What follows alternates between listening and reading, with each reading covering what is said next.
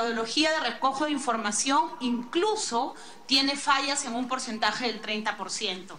Pero si esa es la lógica y el ministro ha reconocido que efectivamente hay un alto componente de falla humana en este tema, primera pregunta es, quisiera saber qué se ha hecho con el Consejo Nacional de Seguridad Vial.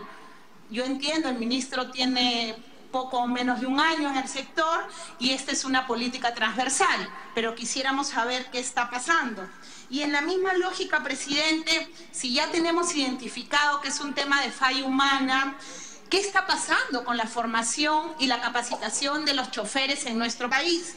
El MTC publicó hace poco el DS 017-2017. Y sin embargo, pese a todo lo que se nos ha dicho el día de hoy, por ejemplo, este decreto prorroga la vigencia de las licencias de conducir al doble del tiempo, de 5 a 10 años. Esos brevetes que se nos ha explicado eran brevetes delivery, que no cumplían estándares ni siquiera mínimos de seguridad. Sin embargo, esos brevetes han sido prorrogados por más tiempo. Se elimina la exigencia de rendir exámenes de conocimiento para la revalidación de la licencia 1 de los particulares. Se introduce un régimen de incentivos que permite la renovación automática en función al cumplimiento de las normas de tránsito. Y además se deroga el régimen especial de licencia para conductores novatos, justamente donde hay un gran número de jóvenes. Y entiendo, porque he leído el decreto supremo, la lógica es el gran destrave, la promoción de cero trámites y toda una lógica de optimización de procedimientos administrativos. Sin embargo, creo que esto es un grave error de perspectiva, presidente. No podemos hablar de la licencia de conducción como un derecho solamente. Este es un título habilitante para poder ponernos al frente de un vehículo y exponer nuestra vida y la de muchas personas a accidentes e incluso la muerte. La lógica del destrave puede darse en procedimientos administrativos generales. La lógica del destrave, por supuesto, en una economía de libre mercado como la nuestra, está orientada a simplificarle la vida al administrado. Pero en este caso, como lo ha reconocido el propio señor ministro, hay un alto componente de incapacidad de los conductores que este decreto supremo agrava, que este decreto supremo perjudica. Entonces creo que es importante que se pueda explicar o mejorar el tema de las escuelas de manejo. Hoy, por ejemplo, hay un solo proveedor, que es el Turing, respecto de las licencias de conducción. Yo no entiendo, he preguntado al MTC, somos varios los colegas los que hemos manifestado, porque desde el 2016 se tenía previsto introducir, lo que ha señalado el ministro, mecanismos de tecnología, la huella digital en las escuelas. Nuevamente, una economía de libre mercado como la nuestra implica respetar el rol subsidiario del Estado. O sea, el Estado donde no entren los particulares. Pero en este caso hay una serie de inversiones que se han realizado, pero no logramos dar ese gran paso hacia el perfeccionamiento del régimen que desarrollan las escuelas de manejo. Y lo que es peor, estamos propiciando un monopolio con una empresa, yo no sé si alguien ha pasado por el Turing últimamente, que genera decenas de colas. Otro tema, presidente, es, yo he escuchado también al ministro señalar que en el caso del accidente de Pasamayo, el chofer debió reducir la velocidad pese a que decía 60 kilómetros.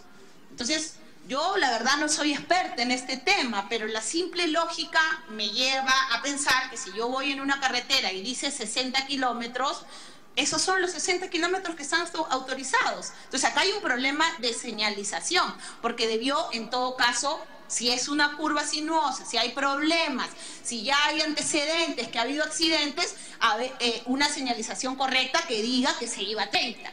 Entonces yo creo que aquí, y entiendo que no es responsabilidad solo del ministro y que esto tiene muchos años, el tema de seguridad vial en nuestro país, pero sí tiene que haber una reflexión profunda de hacia dónde vamos.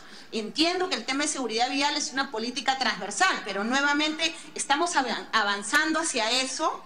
Y finalmente, presidente, en la lógica también de colaborar con el Ministerio de Transportes, quisiéramos saber cuál ha sido la efectividad que tiene el Ministerio en infracciones por exceso de velocidad. Nosotros hemos visto otros sectores donde los infractores a la normatividad vigente, básicamente en procedimientos sancionadores, buscan migrar hacia el Poder Judicial. Les sale mucho más rentable irse a presentar una demanda que cumplir su sanción, y quisiéramos saber si en el MTC ocurre lo mismo. ¿Cuál es el nivel de efectividad que tienen respecto a sus procedimientos sancionadores? Si es que de 3, de 5, de 10 procedimientos sancionadores en trámite, tienen efectividad en 5, en 8, en los 10, y cuál es la infracción más recurrente que es judicializada y que más pierde el Ministerio. Porque de esa forma, a través de un proyecto de ley, en el entendido que las infracciones y sanciones deben merecer rango de ley, salvo que se trate de colaboración reglamentaria, nosotros podríamos ayudar al ministro a perfeccionar el régimen de infracciones y sanciones en materia de seguridad vial, teniendo siempre el fin que es proteger la vida de las personas. Gracias, presidente. Muchas gracias, congresista Letona. Tiene el uso de la palabra la congresista Alejandra Aramayo.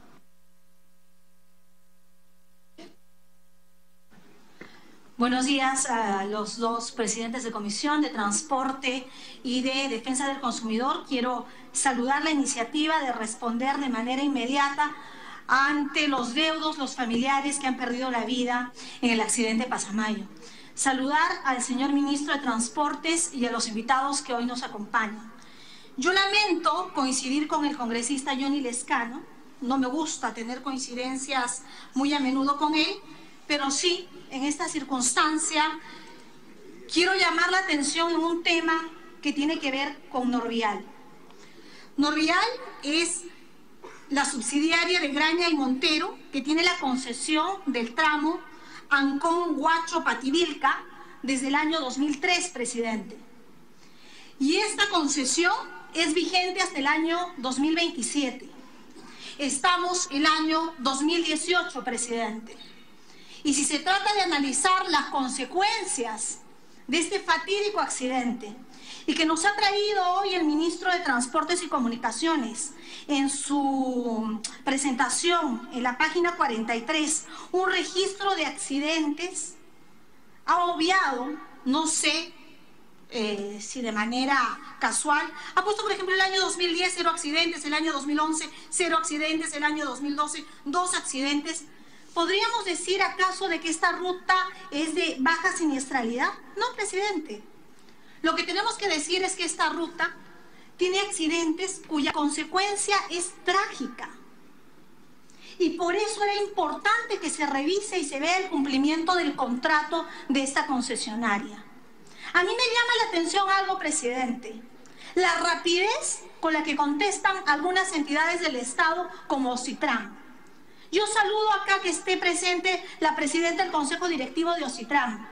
Esta funcionaria que ha sido nombrada por el presidente de la República, ni bien llegó al cargo el presidente y tiene año y medio en la gestión, ha declarado lo siguiente respecto a este accidente de tránsito.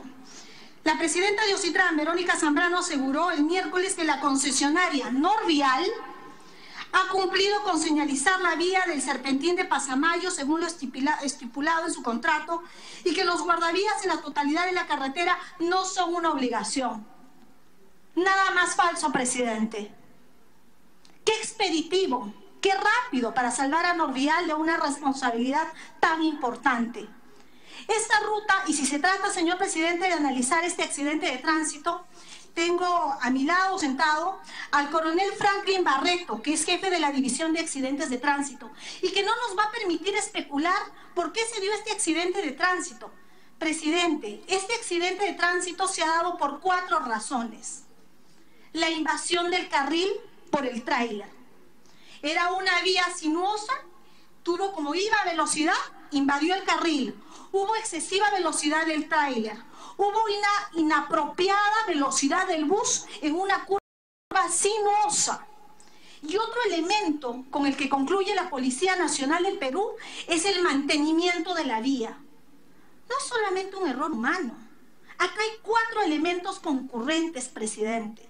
¿Cómo se puede decir hoy, presidente, que Norvial, esta concesionaria que tiene varios años, más de 10 años en la concesión de la vía, que no tenía la obligación de poner el guardaría? Yo creo que es una declaración temeraria. Que nos indiquen cuál es el plan de supervisión de rutas que tiene Ocitran, por ejemplo. Presidente, nosotros hemos presentado a través de mesa de partes un pedido para que se instale una comisión investigadora a cargo de la Comisión de Transportes y que en un plazo no mayor de 30 días se pueda alcanzar cuáles son las responsabilidades en este accidente de tránsito. No le vamos a decir hoy todo es un error humano, que el chofer es chofer y que tiene que ser profesionalizado y después volverse un conductor. Ese es un plan secuencial. O que hoy nos diga el ministro de Transportes y Comunicaciones, bueno, pues veamos en qué partes más hay que ver la señalética. Han pasado años desde que Norvial se ha hecho cargo de esta vía, presidente. Y hoy, de cara a un accidente donde han perdido la vida más de medio centenar de personas, se nos plantea que revisemos el contrato. ¿Quién está a cargo de la supervisión, presidente? No solo nos preocupa, nos indigna, presidente. Yo quiero pedir de que se tome en consideración, y bien tenga usted el cargo de nuestro pedido, la formulación y la instalación de una comisión investigadora, que con los apremios que ésta tiene por el Congreso de la República, le pueda decir a la ciudadanía quién es el responsable por omisión, por retardo de cumplimiento de la función. Nunca he visto que una entidad del Estado sea tan rápida para decir que Norvial sí cumplió el contrato. ¡Qué rapidez!, ¿no? Me llama la atención, presidente. Muchas gracias. Gracias, congresista. Después la ronda de preguntas para que hagan la respuesta. Tiene el uso de la palabra el congresista González. Señor presidente, señores ministros, señores congresistas, señores funcionarios, buenos días. Señor ministro, cuando usted asumió la cartera del Ministerio de Transportes y Comunicaciones, la gran mayoría de periodistas de los programas donde usted era invitado le preguntaban y veían en usted un profesional competente y un profesional que inspiraba confianza.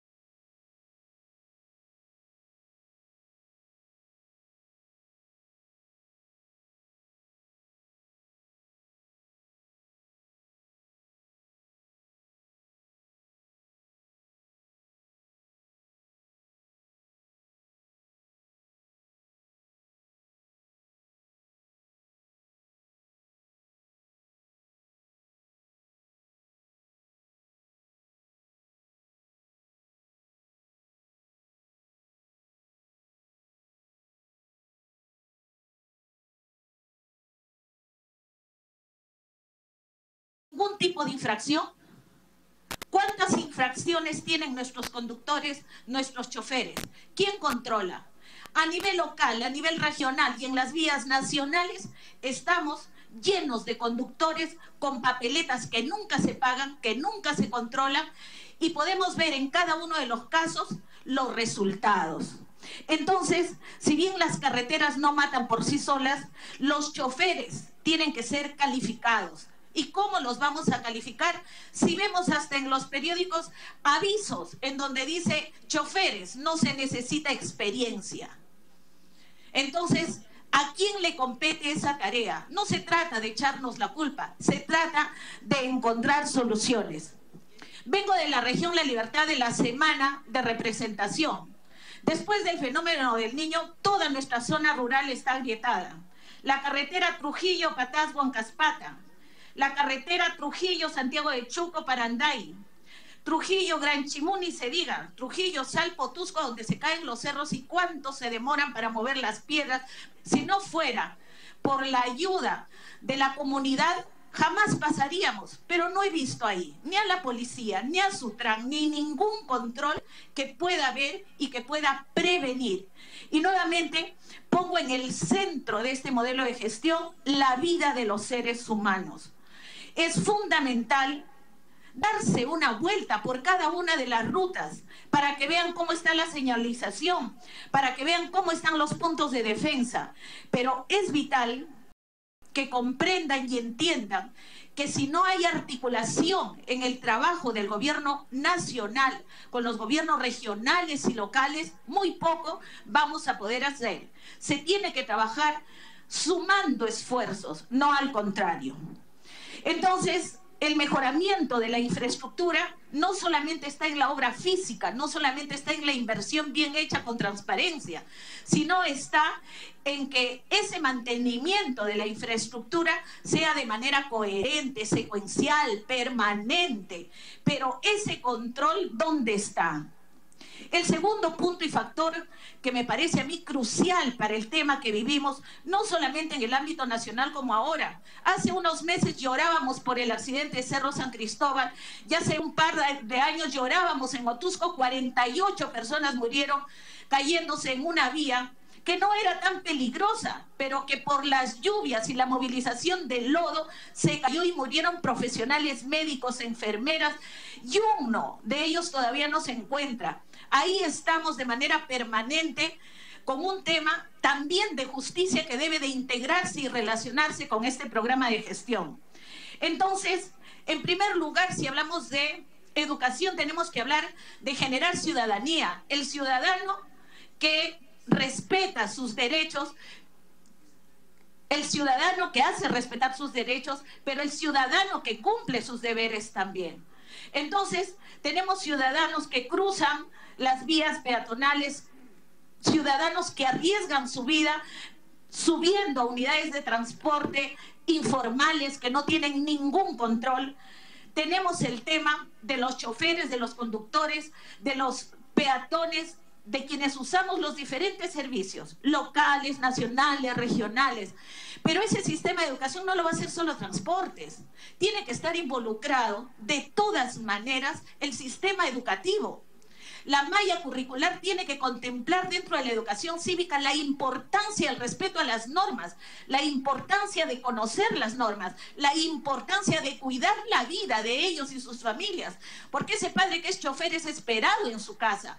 Porque ese hijo, esos hijos que han estado celebrando el Año Nuevo, por Navidad, por Año Nuevo, pero que habían terminado su carrera en la uni. Ustedes se imaginan cuánto sacrificio de esas familias para que estos jóvenes terminen una carrera y vengan a morir en un accidente de esta naturaleza. Entonces, todo eso tiene que estar contemplado desde el sistema educativo y no solamente desde estas escuelas de choferes que no sé quién, cuándo y cómo son controladas, porque en el ámbito regional muchas veces tienen un precio, los brevetes, los certificados, el pasar por el examen médico, el pasar por un examen psicológico. Y acá viene un tema profundamente necesario, que es el tema de salud mental. ¿Quién controla quiénes son nuestros choferes? ¿Quiénes controlan el nivel de autoestima que tienen nuestros choferes? ¿Quién controla ¿Quién controla por qué están de conductores? Porque al final el sector transporte se ha vuelto la cuna que acoge a los informales, a los desempleados. ¿Cómo los capacitamos? ¿Cómo los ponemos en valor para que cuiden la vida de cada uno de los peruanos? Por allí tiene que estar y por allí tenemos que caminar en el tema de la educación. No es un tema de cortísimo plazo, es un tema de mediano y largo plazo donde tenemos que involucrar la política pública de Estado en función a cuidar la vida, el desarrollo del ser humano. Y acá solamente nos vamos a preocupar después de accidentes de esta naturaleza. Otro tercer punto dentro de ese modelo de gestión que nos han presentado es el reforzar la fiscalización. No solamente la SUTRAN, no solamente la policía, que cuando conviene pone las multas, pone las papeletas, y vemos en los 3 niveles de gestión y de gobierno la acumulación de papeletas que nunca se pagan y nunca se controlan. Nuevamente,